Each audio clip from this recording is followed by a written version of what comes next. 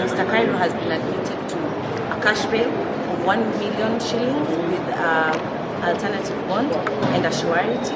And we thank the court, and we are hoping that the trial will be fast-tracked in a bid for the businessman to clear his name, because this is just an issue of business, and we are hoping that even as we are continuing with the trial, the parties can agree, because as we can see in Kenya right now, the economy is really strained, and therefore we are hoping that people will agree even as we're starting into the year 2025.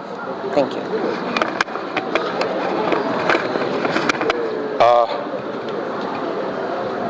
The two complainants who have brought our client to court are being funded and advised wrongly by people who are competing with Kairo.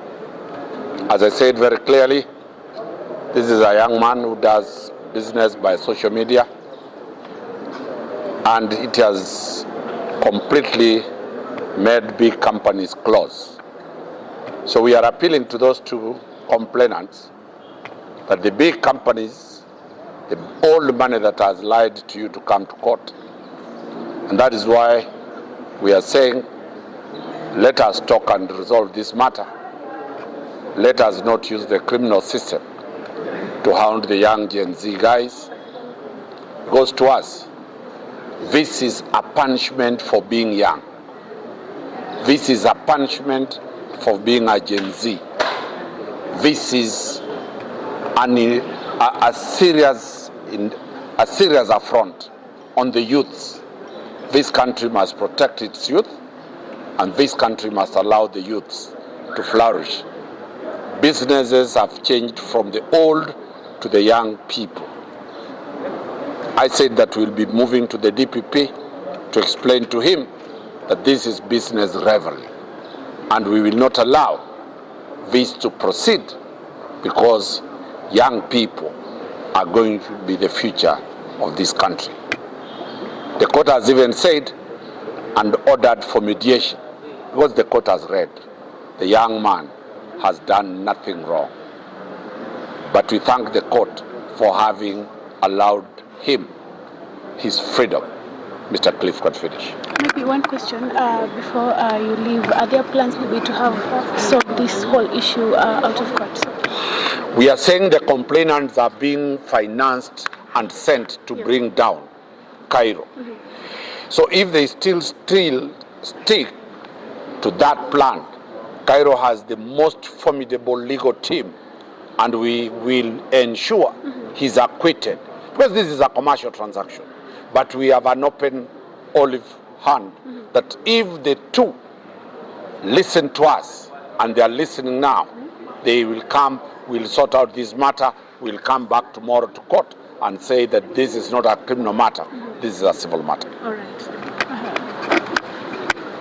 Every business has a challenge, and the challenges are various. In a case whereby there is a contract, and in a case whereby there is an agreement or a contract, it does not become a criminal case. It becomes a civil case. That's if the specifications have not been made, or the time has not been met, or any other agreement has not been reached. To try and turn out to make this a criminal case becomes the biggest problem. It includes pride, it includes lack of compassion. This is a matter that could have been sorted out. This is a matter that people could have sat. But when influence comes from the outside to ensure that a person who is emerging as a good businessman must be put down, that is where then we draw the line. The court, by its own wisdom, has realized that this is a matter that can be sorted out. Why did we have to rush to court initially? Why did we have to go to court? Why did we have to embarrass the young man? Why did you have to take him to court? Through this process. And then now, all over social media and everywhere else, oh, that gentleman, he was too proud, he was too what? That is not the issue. The issue is that this is a commercial transaction. It should have been sorted as such. If the ADR that the court has also realized can be effective is not done, or is not reached, we will come back here.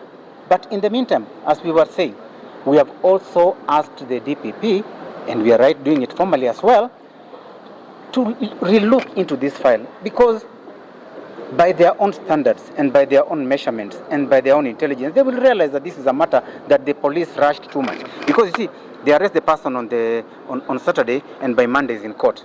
If they had consulted the DPP, would we have been in court today? That is the question everybody needs to ask himself. Pride should not make us, because you feel like now you have reached a point where you can bring down a young man and you do not want to listen, and you bring pride. We will bring pride as well, because this is a case we can challenge, and this is a case we are certain we can beat. Thank you so much.